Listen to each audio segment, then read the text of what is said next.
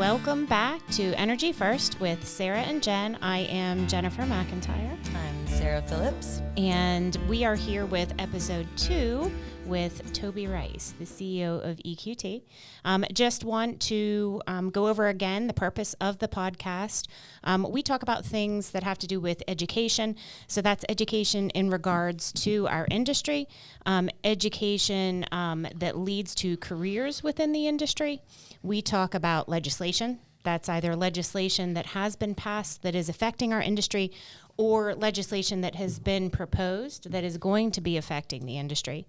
And then most importantly, we talk about the people of the industry. And that's what our last episode with Toby was centered around. And it was absolutely phenomenal. So if you haven't listened to that episode, I suggest you go and listen to that one first, leading into this one. Do want to just touch base on our current sponsors as well. We have Deep Well Services. Thank you, Mark and John. You are like our family. And we're also hugely supported by Women's Energy Network in the Pittsburgh chapter. Sarah and I are actually going to be emceeing the Boots and Ball Gowns event in August. So if you want to come and see us there, that's going to be wonderfully fun. I think it's August 4th. Yep. Correct? Yep. At the Westin. So go and check out the Women's Energy Network site and you can pick up your tickets. I think Early Bird has just opened.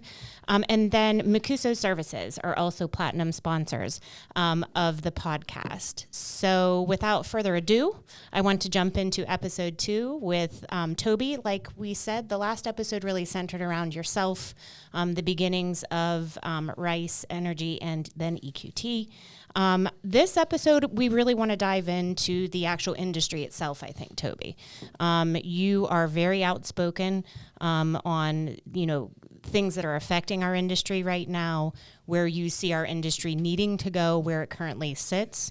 Do you want to start by just kind of giving us an overview of where you see we are at this moment in time? Yeah, in oil and gas, we're in a tough spot. Yeah. Given people's concerns over climate, it's created a lot of pressure against our industry and it's made it very difficult to operate. So here's the state of the industry. Since 2014 to 2021, investments globally in drilling wells is down 50%. Pipelines, we built the fewest, pipelines are getting blocked. We built the fewest number of pipelines last year than we have since 1995, the last 30 years. Yeah, it's crazy. And then you look at the advocacy and look at who's lobbying or who's advocating for our industry. While the oil and gas industry has about $400 million worth of advocacy groups set up, the largest being API, which is a $250 million budget. Anti-fossil fuel groups have a $1.5 billion advocacy budget from the groups there, namely, groups like the Sierra Club. So investments are down, infrastructure is getting blocked, and advocacy is not looking too great to change things. And so where we're at right now, we just got through a major energy crisis, but when you step back and you look at, prices are a little bit soft right now, natural gas prices specifically. We had a warm winter and storage is full, but nothing has changed. We still struggle to get pipelines built. The war in Ukraine rages on. Mm-hmm. We still have rampant inflation. Like, we are in the eye of the storm right now.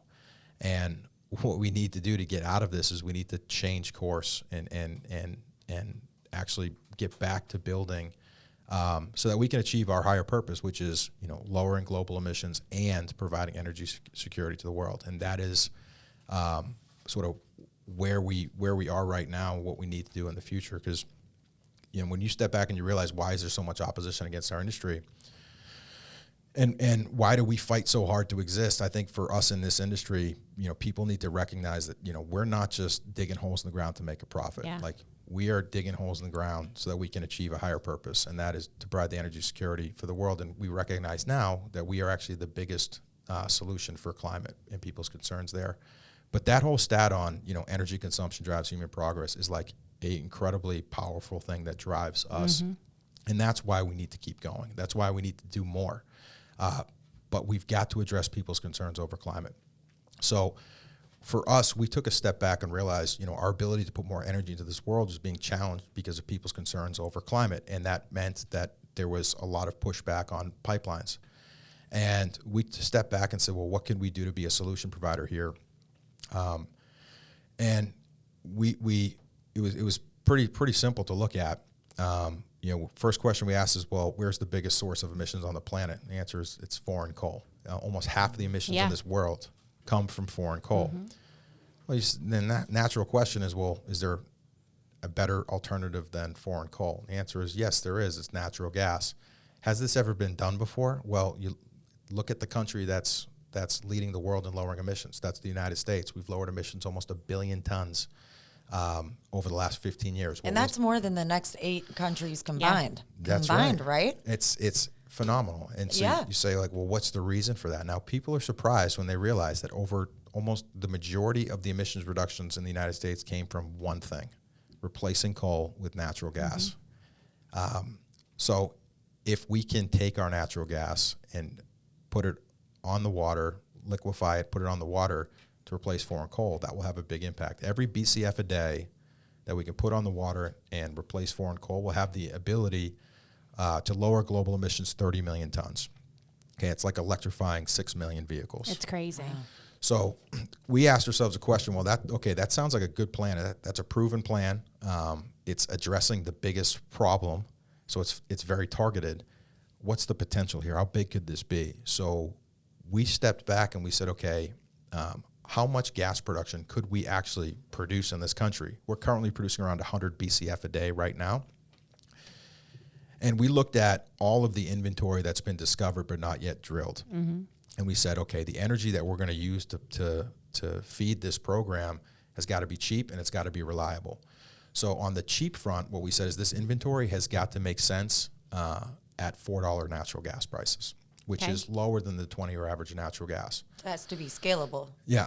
And then the next question was, well, it's got to be reliable. And so we said, all right, we can only grow to a peak production rate that we have enough inventory remaining to hold it flat for over 30 years. So that's how we make it reliable.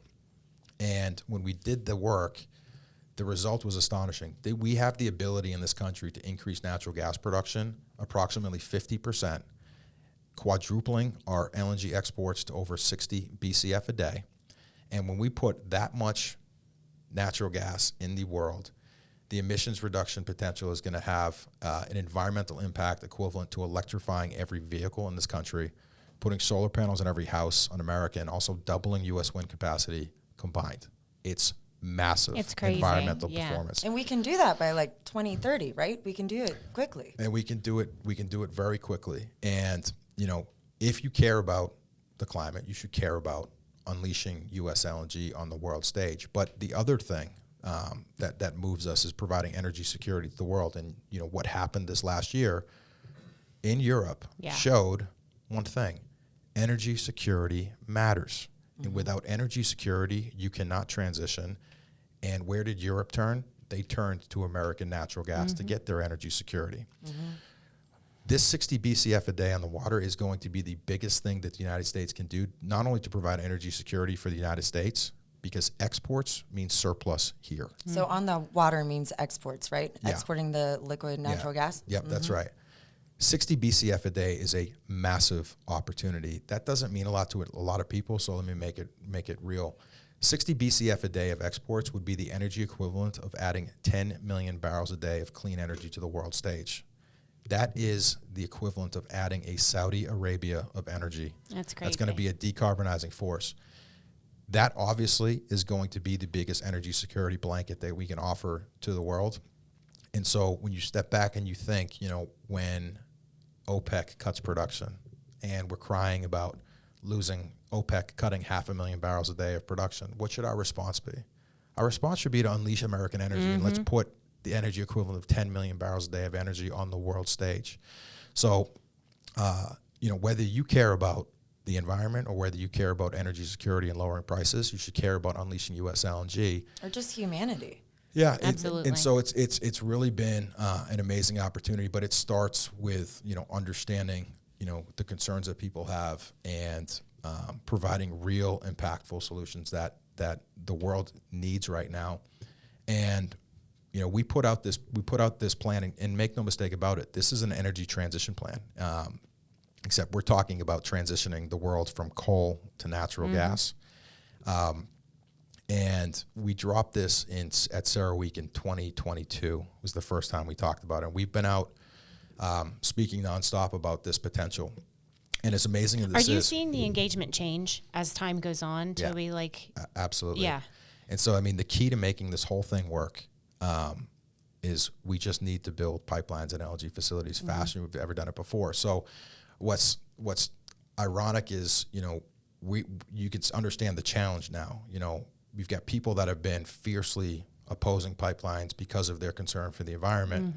And we're saying, actually, these pipelines are the key to unleashing the biggest green initiative on the planet. Right. You should be supporting pipelines because of your concern for the environment. And even if they're way safer than any other method of transportation. Correct. We went but over the that. demand is still there. And Pennsylvania is way safer than the rest of the country, relatively as far as pipelines go. And, Sarah, when you step back and you look at the pressure that this industry has faced, hydraulic fracturing was a big environmental concern. What did this industry do? This industry addressed that, and the EPA came out and said that hydraulic fracturing was safe. Then there was concerns over pipelines, and we showed that's been addressed. And Secretary Granholm has said pipelines are the most efficient, safest way to move energy. Now the concern is on methane emissions, and guess what? This industry is going to knock methane emissions out of the park as well. But after we address methane emissions, there's going to be something else, and something else, and something else, because until we can show the world that we are the solution that they're looking for, that we are the solution to lowering global emissions, there's going to continue to be reasons for people to want to look for ways to shut us down. That's why this is the first time that this industry has made an environmental-centric argument first. We're not talking about the low-cost energy. We're not talking about the jobs we're going to create. By the way, this Unleash U.S. LNG would create over 300,000 high-paying jobs, the biggest jobs creator in America. But it's making this argument, putting this out there, and we have seen an impact. Secretary Granholm just 2 weeks ago wrote a letter to FERC saying that she supports MVP and she supports pipelines. Now that is a big move. It was huge for them. Yes. Yeah. And writing a letter is one thing, but will they defend that position? Well, a week later, Secretary Granholm was getting protests about her stance with LNG, and she defended her position. And she said, these are hard decisions, but it's the right thing to do. We need to protect our allies. That's leadership. And that was very inspiring for me to see Secretary Granholm do that. I'm very proud that she did that. Do what's right and not what's popular. Absolutely. And so you're seeing that. Now, where we're at as an industry right now is, we've moved in the past, like the push against our industry was a some of the above approach towards energy, only solar, only wind. Now I feel like we've moved closer to a more practical, a more reasonable, all of the above approach towards energy. And that's where Unleash U.S. LNG sits. But if we want to meet the climate ambitions of the world and the timetables associated with it, if we want to protect the 60% of Americans that live paycheck to paycheck, that cannot afford an energy price shock, if we want to lift these 3 billion people that live in energy poverty around the world and do that as quickly as possible, we need to move from an all of the above approach to energy to a best of the above approach towards energy. Now, the world doesn't really understand what's a better energy solution. But one thing that's been very clear over this last 12 months is that we've been able to define what is the grading criteria behind energy. And the grading criteria is the best energy is the energy that's the best cost, the best reliability, and the best cleanliness, carbon footprint. And in Secretary Granholm's letter, she ended it by saying we need to make our energy affordable, reliable, and clean. Yeah, people don't understand that if we were to replace all energy with wind and solar, it would be an astronomical cost, more than the global GDP, right? Yeah, it's a big cost, and I think for us, we're in all of the above approach. So when it comes to what type of legislation we'd like to see legislation that allows to get everything built in this country. Solar and wind have their place in this world. but it's not the only solution. As you mentioned, it replaces, it factors into electricity, which only makes up 20% of the energy demand is from electricity. So even these electric vehicles, they're still getting charged with natural gas or oil, but it's 40% less efficient, like due to the converting it from one source of energy to another, right? So it's actually counterproductive to the goal. And the good news is, while people understand how they're going to grade energy, people are also getting smarter too. And I think you're going to start seeing some solutions, or promises have to be delivered. And I think people are going to be asking questions. The one stimulus that's hitting the system right now is we're seeing electricity rates increase across the country. Mm-hmm. And when people start asking questions, why is this happening? And they find out the answer is very simple. It's because people have been blocking pipelines. Right. I think things are going to change. Yeah. And guess what? Things are changing. The Financial Responsibility Act that just took place, that the House just passed last night, brings serious permitting reform to the table. And now that's just a down payment, and there's more to come.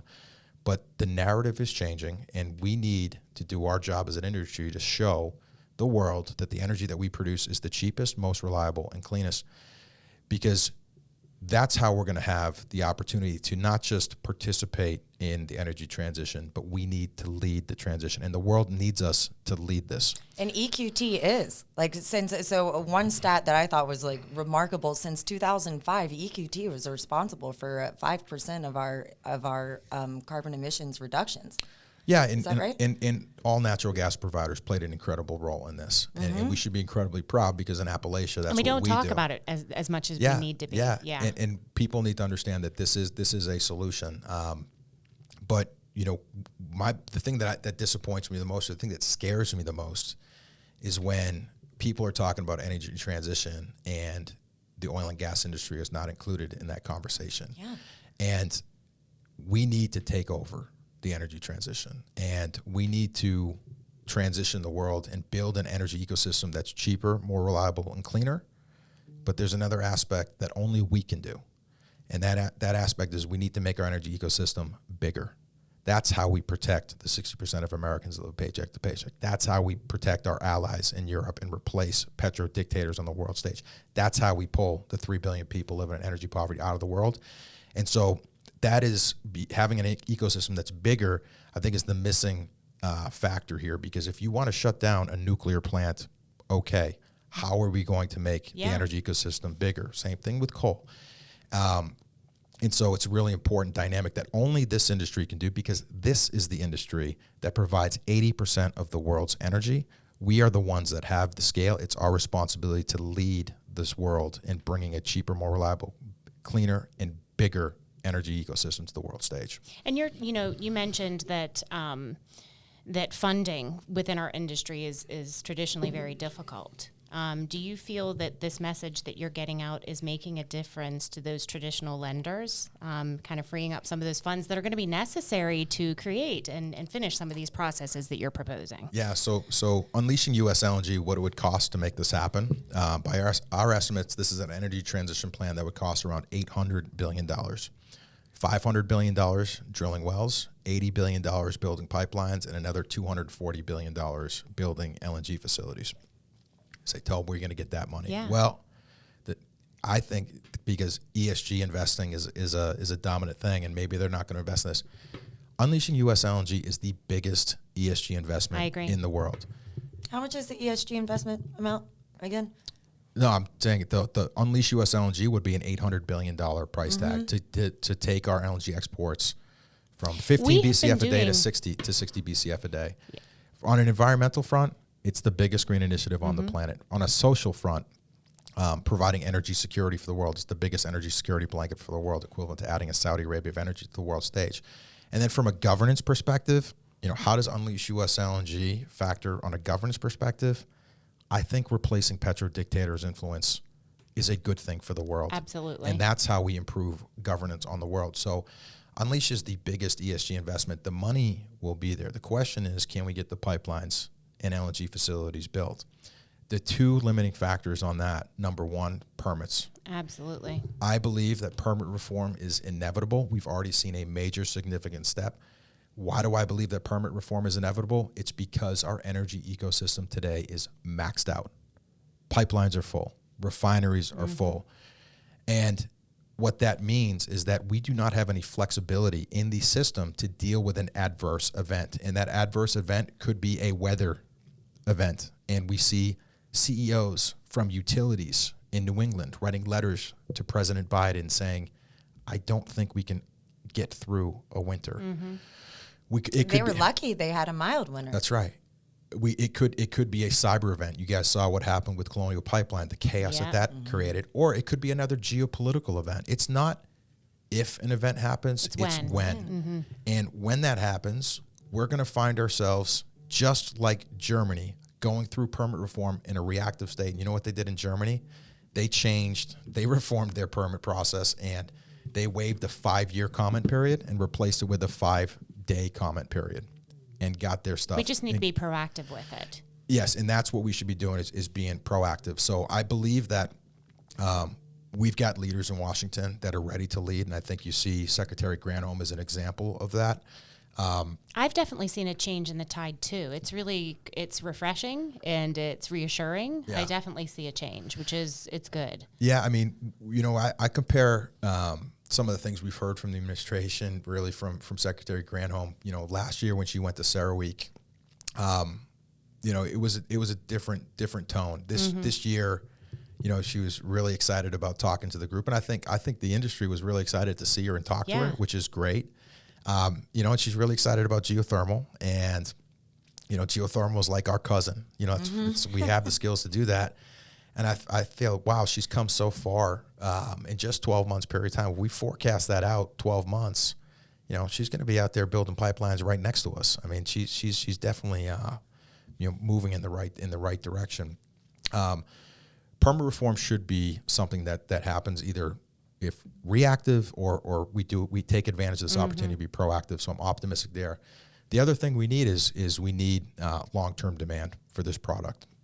And, specifically one of the biggest challenges you have is, the uncertainty with the American permitting system. Can America actually get stuff built? Well, permit reform will take that off the table. The other issue we have to deal with is we have to show the world that the energy that you're signing up for, American energy you're signing up for, is the cheapest, most reliable, and cleanest energy on the planet. That's why, the biggest part of this energy transition plan is the sustainability of Unleash US LNG. And when I talk about sustainability, I'm not talking about it's good for the environment. I'm talking about the fact that it's profitable for the people that invest, and it's value creating for the society that uses it. We believe that we can put natural gas on the doorstep of Europe for a cost of $12, and that would imply a $4 gas price here in this country. And you ask yourself, would Europe like $12 natural gas? Last year they paid over $30. $12 natural gas is the energy equivalent of $72 oil. You can build some pretty amazing economies at $70 oil.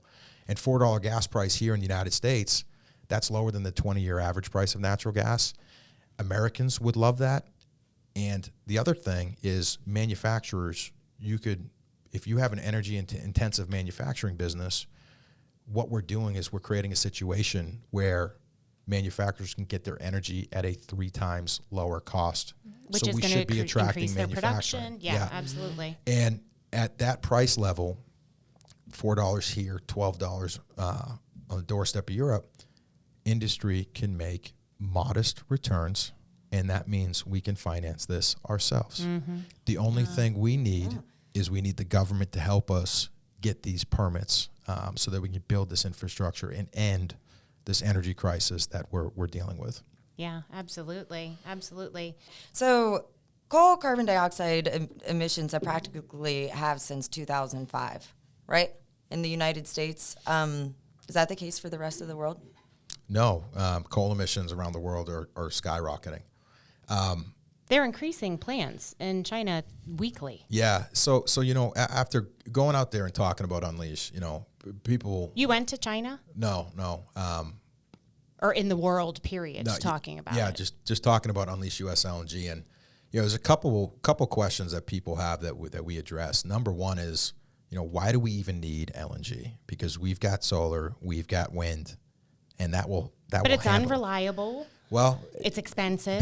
they say a lot of people think, we don't need oil and gas because we've got solar, we've got wind. Well, in the last 12 months, what people don't understand in that situation is they don't understand how much energy demand there is in this world. I mean, how can any normal person wrap their head around that? So I don't blame them. Okay, it's a big concept, but the reality is when solar and wind cannot meet the energy demand of the world is going to use coal. Mm-hmm. That's what happens.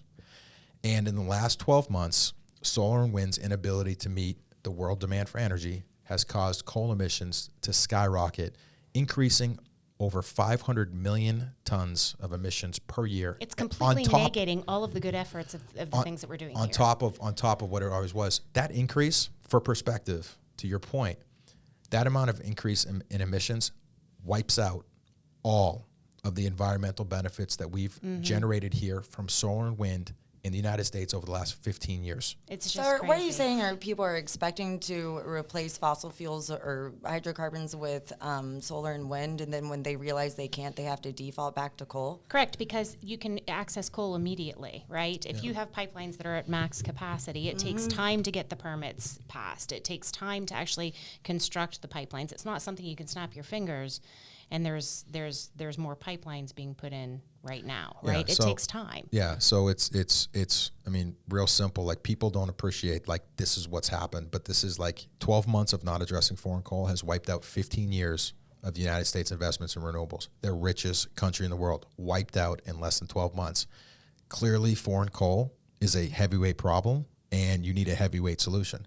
And that heavyweight solution is what we do in the natural gas industry. That heavyweight solution is unleashing U.S. LNG on the world stage. Yeah. So that's a big one. And then I'd say the other big question that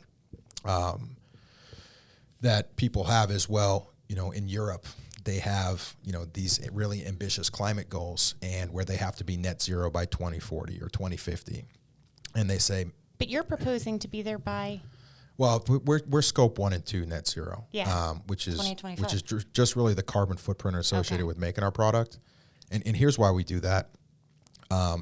Because we are not going to let the emissions associated with making our product overshadow the emissions benefits when people use our product. Yeah. So for perspective, EQT, our carbon footprint is around 400,000 tons. That's the carbon footprint for us to run our rigs, or well tenders, our frac crews. That's the cost. But the benefit, the amount of product that we produce, over 5 BCF a day, when we put that product on the world stage to replace coal, the environmental emissions benefits is negative 150 million tons. So it's a 400,000 ton cost for a 150 million ton benefit. Like, we're going to take the focus away from the 400,000 tons. How do we do that? We make it as low as possible, but then we also achieve a net zero status there. So we're basically participating in making carbon offsets, things like that. So now you can't look at the emissions associated with making our product. You're focusing now on the emission reduction benefits of what happens when people use our product. But these people that have, these countries that have these really ambitious climate goals that say, 30 years from now, we're not going to have any fossil fuels. It's tough for them to make investments today or commitments today that probably is going to take, call it 3 to 5 years for these projects to get online.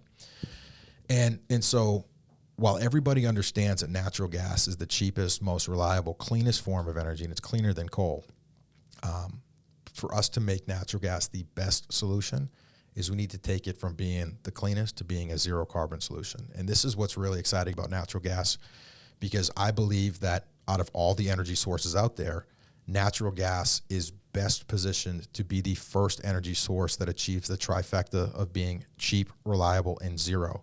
When you look at solar and wind, they are cheap and they are zero, not reliable. So what does it take for them to become reliable? Batteries, supply chains, gets pretty long to be a pretty long putt. You look at nuclear, it's reliable and it's zero carbon, but cost effective. It's tough. And you think about putting that solution in undeveloped nations, really hard.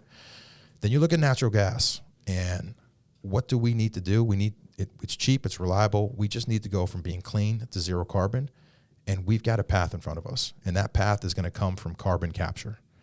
And fortunately, there's been some new technology that's just been developed. It's been on development for a while, but it's now hitting the market. And this technology called net power is going to be the technology that makes natural gas a zero carbon energy solution. And how long, how quickly do you see that coming online, or is it currently coming online now? What timescale are we looking at for that? So it'll be, they'll be shipping their first industrial size plants by 2026. So in less than 36 months. Yeah. Yeah. So they have a proven plant operating right now in Texas. Okay. They have orders to put these plants in Germany and in the UK. They just announced a strategic partnership with the SK Group to develop projects in Asia. Okay. So wow. It's a really exciting solution, but what makes it special? So, I mean, net power it's a natural gas power plant. But the difference, the main benefit from net power is it produces a pure stream of CO2.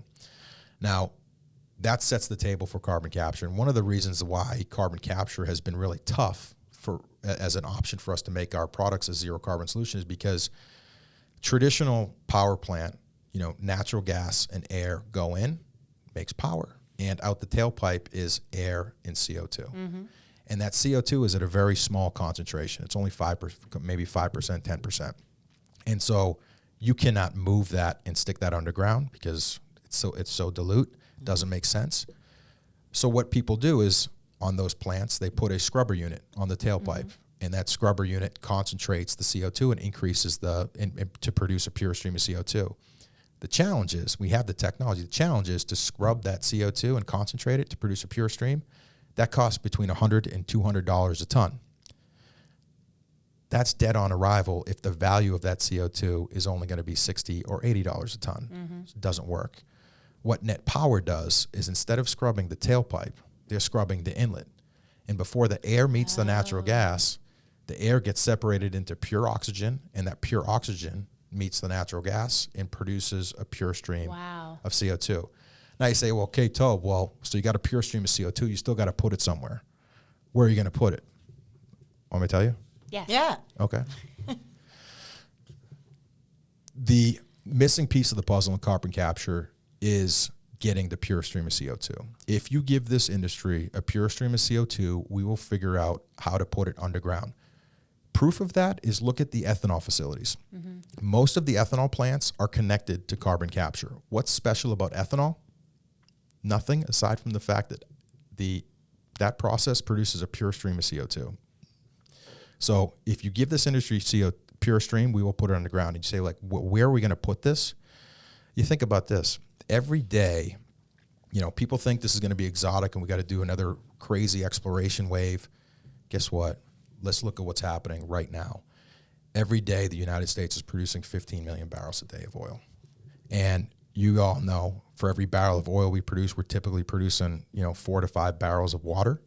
So every day, the United States is producing 60 million barrels of fluid, pulling that out of the ground. Mm-hmm. Every day, we are creating 60 million barrels of space to put CO2. For storage. Yeah. Basically. And so when you step back and you think about what we have in this country, when we ask the big questions, what can the United States do to lower emissions outside of our borders? We have two amazing resources. We have our natural gas to replace foreign coal. That's Unleash US LNG. And we've got one of the biggest sink potentials in the world. And the past it's full circle, yeah, right? The past 100 years of oil and gas production in this country has set the table for the next 100 years of zero carbon energy consumption. It's amazing. And now we have a technology, net power. That's super exciting. I'm going to have to go in and take a look at it. Yeah. Yeah. Now the past 100 years created space for us to put the next 100 years worth of CO2 back into the ground. Is that what you mean? Yeah. Yeah. Okay. Yeah. It's pretty amazing potential. And guess what? Anywhere where you have legacy, where you have production, you have space.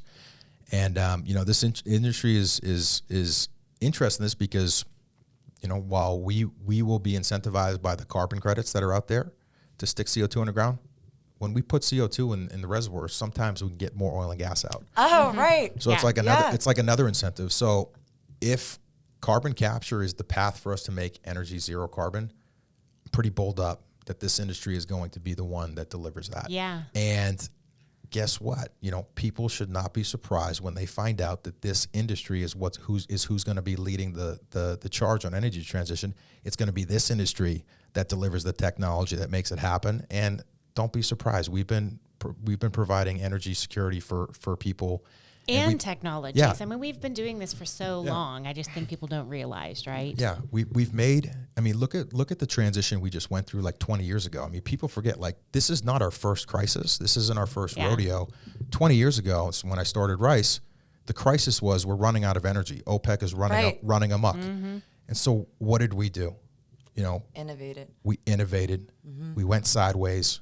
We really started taking advantage of fracking technologies, which isn't easy, right? Because it's like less permeable than pavement. Right, exactly. I mean, this is an absolute miracle. We cracked the code on shale, and then we went from being energy dependent to being an energy powerhouse, and that happened. That was our first crisis. That was the result. Now we have another crisis. Energy. We need to make our energy take it from being clean to being zero carbon. Okay, we hear you. We'll figure it out. And now you're starting to see this industry really start putting some amazing solutions, and it's going to be led by oil and gas and net power. What I'm excited about isn't just the technology. It really is going to be an amazing opportunity for our industry to show that we're going to be the ones that produce cheap, reliable, zero carbon electricity. And with that, now people, when they think about, getting their energy security today with LNG, if the restrictions on having a carbon-free system 30 years from now, we can make that happen. We have the technology to do that. Mm-hmm. So we remove a major restriction that they place on themselves by making our stuff zero carbon with this net power plant. So it's a really amazing opportunity, but it shows you like why we have to do more and we need to keep doing more. And I think for just normal people listening, every day, what all of us can do is figure out ways to make our energy cheaper, more reliable, cleaner. Mm-hmm.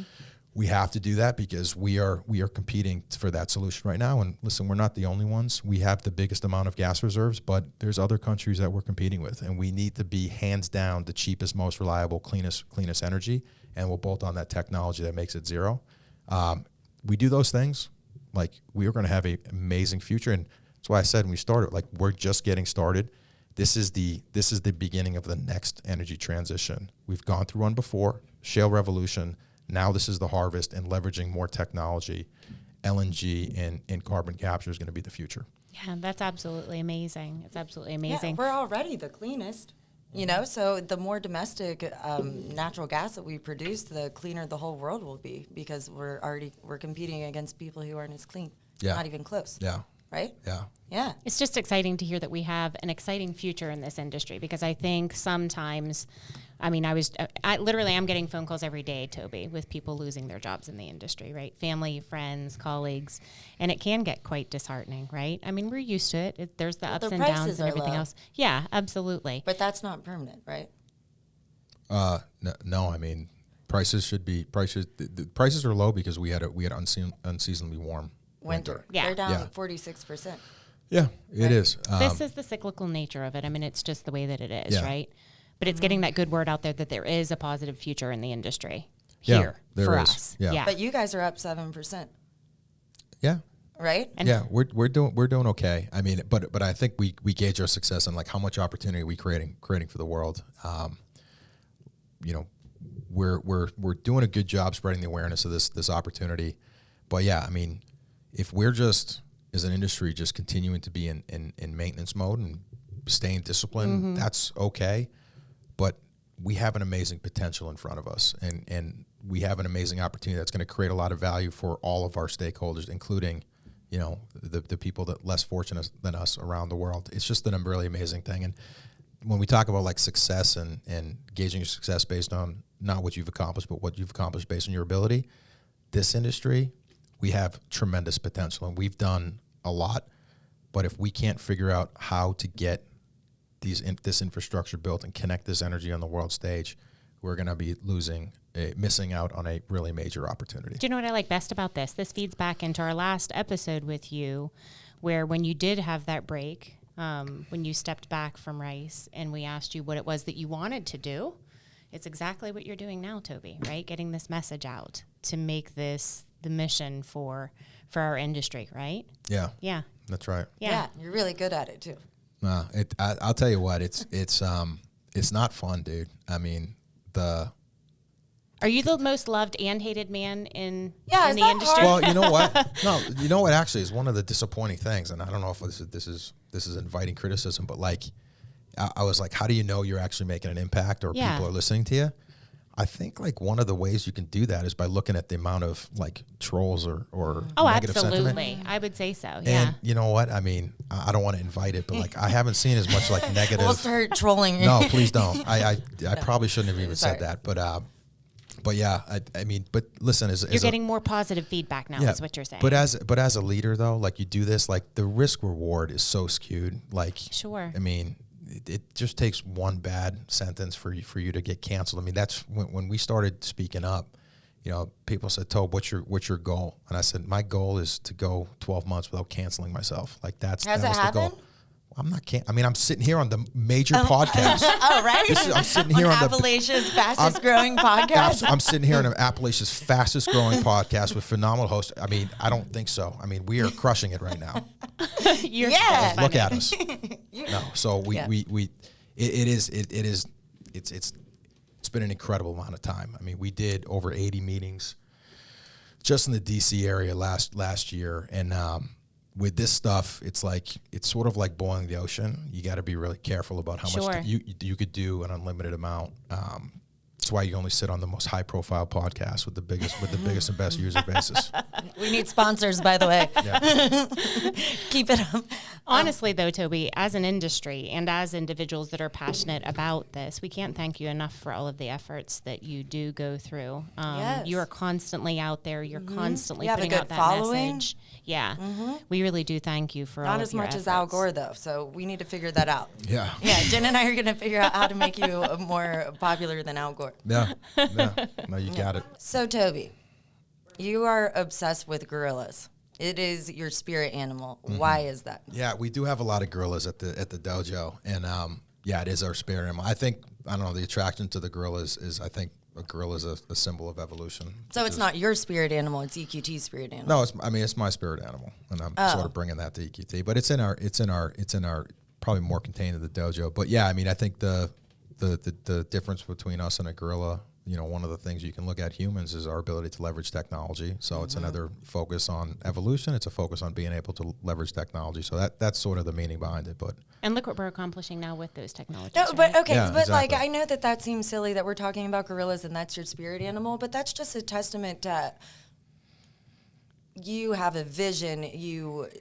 I don't know how to describe this, like a human behavior and being able to understand culture and having a core and like having something to focus on. And I think that everything that you've done and succeeded with has been due to your ability to see these things. I don't know if I just explained that well, but no, I think you're getting at is like I try and find meaning in everything that we come out and do. And you know, I mean, you understand. I've told you guys how important I think culture is, and I think a really important part of culture is being authentic. And everything you do has got to be consistent. And so we look at. I mean, even the spirit animal that we use is aligned with our company values. So yes, we the heart and the spirit animal. It's not something that some people would be like, I don't know, cookie cutter and it not be authentic to themselves because that's not what you should do. You know. And Sarah, what I'm most excited about, you know, we've got amazing solutions. What I'd really love to see, I was at a conference a couple weeks ago speaking to YPP, and you know, we're talking about what drives us. It's not just digging holes in the ground. It's the purpose behind it. It's making an impact. It's providing energy security and lowering global emissions. You know, that conference, the companies next to me, Williams, Chad Zamarin, was talking about his purpose and how they make the world a better place. And when you start hearing this industry understand that we are the solution, we are good for the world, and we need to be doing more, not less, and way, way more. This industry finding its higher purpose is going to be an amazing it's gonna make what we do that just more exciting, because we get to play with like the coolest technology. We have huge scale. We put a lot of dollars to work. I mean, we have a tremendous amount of responsibility, and then to know that we're doing this for something that's bigger than ourselves, and it's actually making the world a much better place. I think it just makes everything we do that much more meaningful. And I can see in you that you feel you're winning, right? That you are winning that battle and getting that message out. I can see it in you when you talk about it. Yeah, we need to see some things, but yeah, I think the momentum has shifted for sure. But we need to. We can't take our foot off the gas. We got to keep moving. And listen, one of the issues is, I know we're all proud energy champions, and question to all of you all is, are we being as I want to say vocal, because that's like shouting, but are we educating? Are we being compassionate to what people's concerns are? When people start talking about the concerns over climate, like, let's understand why they're saying that. Like, maybe they don't have all the facts, and we could be helpful, but let's understand that they're scared, and they need us to provide the solution. Absolutely. And let's make sure we're aware of the solutions we have and communicate those. I was thinking about this the other day when I was watching my kids play, and we were inside, it was raining, and I remember when we used to have weather back in the day, and it was weather, it was rainy or stormy, but like now with a lot of these kids, they're taught in schools that every time they see a hurricane on the news, it's because of climate change. Yeah. And I mean, can you imagine if that's your take on the world? Yeah, like, you're people just are constantly scared. Yeah. So like, use that and show people, like, use that to drive, to be somebody that can show them a real solution that they should be excited about, and take away the panic and fear. We do have a solution, and we do have the ability to put it on the field to make it happen. And it's already been a solution. In the past 200 years, natural disaster-related deaths have gone down by 98%, and it's 100% attributable to our industry. And like your kids playing out in the weather, you don't have to be afraid. Yeah. That they might freeze to death. Whereas 200 years ago we did. Yeah, I mean, Sarah, what's remarkable? I was talking with one of our congressmen the other day, and I said, hey, man, a lot of heavy stuff, a lot of negative stuff that we're talking about, and all the problems going on in the world. I was like, hey, can you maybe cheer me up? Can you talk to me about something that's positive that's happening in the world? Yeah. He looks at me, he goes, I can't. Wow. Well, listen, it's I mean, think about that. We're so conditioned to talking about the negative things. Let's spend as much time talking about the positive. Let's talk about, it's great. what we have we're going to do with conditioning. Yeah, and the life saving that does. I mean, when we talked about indoor air pollution, is a really important reminder to people that, like, people in this world are dying for things that are what I consider to be, like, really, everybody should be disappointed when they hear that 3 million people in this world die from indoor air pollution. It's mostly women and children too, because they're the ones cleaning. Dude, it's heartbreaking. And cooking. It's heartbreaking, and to think that we have so much energy in this country, but people around the world are still struggling. We're so and far they don't removed, have to. though. Yeah. That's part of it. Is we're so far removed in this country because it's not on our doorstep. It's making people aware of what is actually happening out there. Yeah, I mean, Jen, why we want to solve this climate thing. I went to COP 27, I think, was last year. So COP is the United Nations panel or conference for climate change, and it was massive. I mean, if you ever wanted to see, like, the international interest behind the climate movement, go to this conference. Where is it? Yeah, it was in Egypt last year. This year it's going to be in Dubai. Yeah. Cool. So it was really amazing to be there. But I'll never forget going to that conference, and I really didn't appreciate how many what the UN was all about. But they have, I think it's around 20 different items that they want, problems with the world that they want to address. And I'll never forget looking at this wall, and they had them all. They had tiles and icons with all of these issues, and it was things like poverty.